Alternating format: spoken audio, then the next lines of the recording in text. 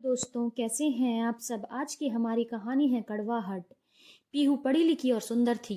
पहली नजर में ही वो सबको पसंद आ जाती थी, पर जब मुंह खोलती तो इतना कड़वा बोलती कि उसके सारे गुणों पे पानी फिर जाता। उसने इंजीनियरिंग के साथ साथ एमबीए भी किया था। उसे बड़ी कंपनी में नौकरी मिल गई थी। ऑफिस में भी रोज किसी ना किसी के साथ उसका झगड़ा हो जाता था। वजह उसकी कठोर वाणी होती थी। घर आकर वो अपनी माँ को सब बताती तो उसकी माँ उसे बहुत समझाती कि तू अपनी बोली को सुधार ले तो सारे झगड़े खत्म हो जाएंगे। पीहू की वाणी में तो कोई सुधार नहीं हुआ, पर अपनी काबिलियत के बलबूते पर वो बड़े पद पर पहुंच गई। उसने दूसरी कंपनी ज्वाइन कर ली। वहीं उसकी मुलाकात अमित से हुई। अमित बहुत हैंडसम था और पीहू से एक पोजीशन ऊपर था। कुछ ही मुलाकातों के बाद अमित और पीहू एक दूसरे को पसंद करने लगे। दोनों ने शादी करने का फैसला कर लिया। हालांकि अमित को कभी कभी पीहू की कड़वी बोली अखर जाती थी, पर वो यही सोचता कि शादी के बाद धीरे धीरे पीहू का व्यवहार ठीक हो जाएगा। अमित के घर वाले बहुत सीधे थे। उन्होंने भी बेटे की पसंद पर अपनी मोहर लगा दी। पीहू और अमित की शादी हो गई। विदाई के समय पीहू की माँ ने उसे यही सीख दी थी कि ससुराल में जाकर सबसे अच्छे से बात करना, कभी भी किसी से बुरा नहीं बोलना, क्योंकि उसे पीहू की बोली की ही चिंता थी। उसने अमित से भी हाथ जोड़कर कहा, बेटा, पीहू कभी कुछ बुरा बोल दे तो उसे प्यार से समझा देना। अब ये तुम्हारी अमानत है। माँ, आप बिल्कुल चिंता न करें, मैं सब संभाल लूंगा। अमित ने पीहू की माँ को भरोसा दिलाया। घर में बहू आ जाने से अमित के माता पिता बहुत खुश थे। वो पीहू के बहुत लाड मनाते थे। अमित की एक बहन थी। उसकी उसी शहर में शादी हुई थी। वो अक्सर संडे को मायके आ जाती थी। पीहू के लिए कभी कोई गिफ्ट या मनपसंद खाने की चीज लेकर आती थी। कुछ समय तक तो पीहू ननद को बर्दाश्त करती रही। फिर एक दिन उसने अपना जहर उगल ही दिया। ननद से बोली, दीदी, बुरा नहीं मानना, आप हर संडे मायके आ जाती हो, कभी कभी कहीं और भी चली जाया करो, क्योंकि मुझे और अमित को एक ही दिन मिलता है आराम करने के लिए। अमित पीहू को चुप रहने का इशारा कर रहा था, पर उस पर कोई असर नहीं पड़ा।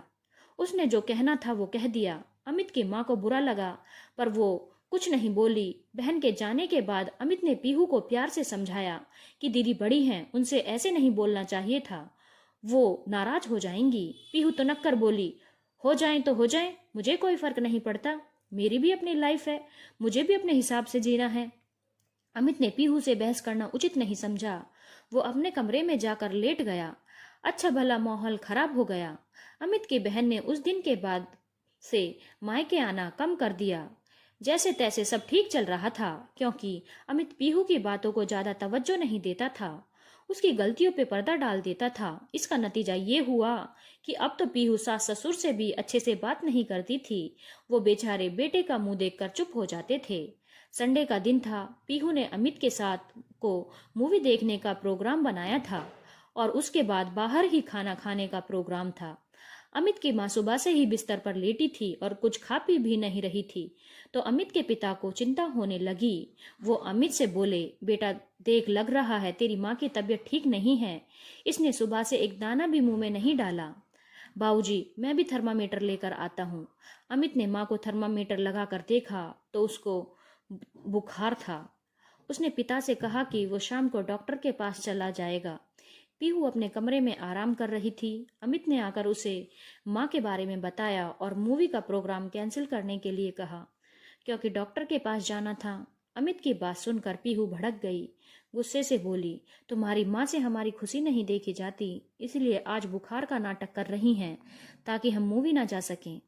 पहले तुम्हारी बहन हमारे संडे खराब करती थी, अब तुम्हारी माँ के नाटक चालू हो गए।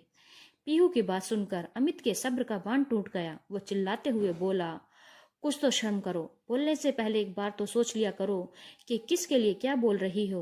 अब तक मैं तुम्हारी बदतमीजियां बर्दाश्त करता रहा, ये सोच कर कि तुम सुधर जाओगी, पर तुम तो हद पार करती जा रही हो। छोटे बड़े का कोई लिहाज नहीं है। पीहू ने सोचा नहीं था कि अमित कभी उससे ऐसे बात करेगा। सास का हाल चाल पूछने की बजाय भुनभुनाती हुई बोली, तुमने मुझे बदतमीज कहा?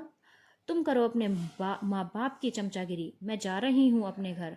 गुस्से से पैर पटकते हुए पीहू ने बैग में कपड़े डाले और अपनी गाड़ी से माँ के घर चली गई।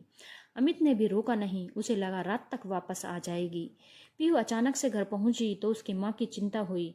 उसे जिस बात का डर था हमें सताता था वही बात हो गई। पीहू पति से झगड़ा करके आई थी। माँ ने पीहू को बहुत समझाया कि अमित से माफी मांग ले और अपने घर चली जाए, पर पीहू ने ना जाने जैसे कसम खा रखी थी। उसने अमित को फोन भी नहीं किया। अमित बेचारे ने 2-3 बार फोन किया तो उसे उल्टा सीधा जवाब दे दिया। फिर उसने भी बात करना बंद कर दिया। 1-2 बार अमित के माता पिता ने भी पीहू को फोन किया और घर वापस आने के लिए कहा तो उनको भी बुरा भला कह दिया। अमित और पीहू की बातचीत बंद हुए 1 साल हो गया। पीहू ने अपनी कंपनी भी बदल ली। पीहू की माँ बेचारी बेटी की चिंता करते करते स्वर्ग सिधार गई। अब पीहू अकेली पड़ गई थी। मायके के लोगों से भी उसके नहीं बनती थी, कारण वही उसकी कड़वी जुबान थी। दीपावली का दिन था। पीहू बहुत अकेलापन महसूस कर रही थी। पूजा का सामान लेने के लिए वो बाजार के लिए निकल पड़ी। कार चलाते चलाते उसकी आंखें नम हो गई। उसे माँ की बहुत याद आ रही थी। मन ही मन कहने लगी, माँ तुम शुरू से ही मुझे बुरा बोलने से रोकती थी, पर मैंने तुम्हारी एक बात ना सुनी, मानी, बल्कि दिन प्रतिदिन और ज्यादा गुस्सैल बनकर अपनी वाणी पर नियंत्रण खोने लगी। तुमने कहा भी था कि शब्दों को पुष्प ना बना सको तो तीर भी ना बनने दो। काश मैंने तुम्हारी बात मान ली होती तो आज रिश्ते के मेले में मैं यूं तनहा ना होती। पश्चाताप की अग्नि में जल रही पीहू ने यह निश्चय कर लिया कि वह अपनी इस बुराई को सदा के लिए दहन कर देगी। उसने कार रोकी और उतरकर मिठाई की दुकान से बर्फी के डिब्बे लिए और चल दी अपने ससुराल, रिश्तों में मिठास घोलने।